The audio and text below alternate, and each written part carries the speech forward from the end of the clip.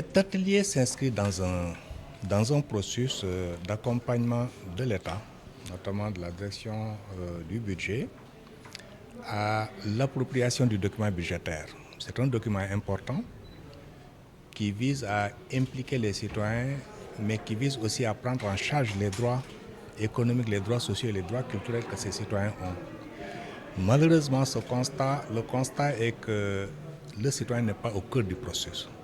Le citoyen n'est pas impliqué. Le citoyen est très souvent laissé en rade à toutes les étapes du processus budgétaire, notamment l'élaboration du budget, la mise en œuvre du budget, mais également le suivi. Et l'enjeu aujourd'hui de cet atelier, c'est, après avoir fait un lancement et après avoir conduit des consultations dans 4 régions du Sénégal, c'est de partager les résultats de cette consultation-là sur le DPBEP, qui est le document de programmation pluriannuelle du budget, et de voir comment améliorer le processus budgétaire, d'une part pour que les citoyens puissent prendre sa place dedans, mais d'autre part de prendre en compte les besoins et les priorités qui ont été identifiées par les citoyens et de voir comment ça peut être pris en compte dans le contenu.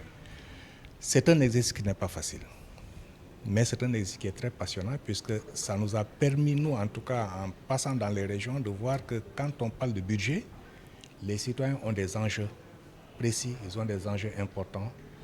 Et c'est de comprendre également que très souvent, ces citoyens ne connaissaient pas ce que c'est que le budget. Ils ne connaissent pas le budget, ils ne connaissent pas comment ça se monte, ils ne connaissent pas à la limite comment est-ce qu'il se met en œuvre. Et la connexion entre eux-mêmes en tant que citoyens et le budget, il n'est pas totalement fait.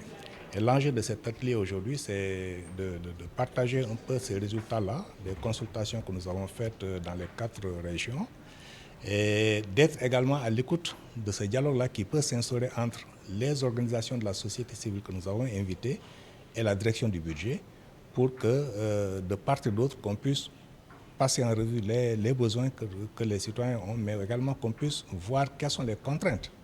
Si la direction générale du budget doit impliquer les citoyens, quelles sont les contraintes que cela pose et comment est-ce qu'on peut ensemble lever ces contraintes-là. L'enjeu, c'est le citoyen doit être au cœur du processus budgétaire pour qu'il puisse se l'approprier. C'est en s'appropriant de ce processus budgétaire-là qu'il va se sentir citoyen. Et quand je dis citoyen, c'est aussi comment est-ce qu'il peut payer ce qu'il doit payer en tant que citoyen, notamment les impôts, les taxes, etc., pour que cette connexion se fasse. Si la connexion n'est pas faite, le risque il est grand, puisque ce qui permettra à l'État de fonctionner, aussi bien l'État au niveau central que l'État au niveau local, qui est le budget, ne pourra pas être constitué. Et s'il n'est pas constitué, tout ce qui est pris en charge des droits économiques, des droits sociaux et des droits culturels des citoyens ne pourra pas être pris en compte. Alors, les recommandations vont porter sur deux niveaux. Le premier, c'est comment pouvons-nous faire pour que l'exercice qui va commencer au moins cette année, comment faire pour l'améliorer du point de vue du processus. Quand je parle du processus, c'est les citoyens dans l'exercice budgétaire. Ça, c'est un premier aspect. Deuxième aspect de recommandation qui va être fait, c'est les différentes recommandations que les citoyens ont fait en disant que ça, c'est nos besoins, ça, c'est nos priorités. Comment faire pour qu'ils soient pris en compte dans le document budgétaire de cette année-là. C'est vrai que c'est un document pluriannuel qui va durer 3 ans, mais au moins ce qui peut être pris en compte cette année, comment est-ce qu'on peut faire pour l'identifier, pour l'adresser et que ces priorités et ces besoins-là soient pris en compte. Dans le long terme, aujourd'hui, l'exercice commence. Je pense que la nouvelle phase d'élaboration du budget va commencer bientôt.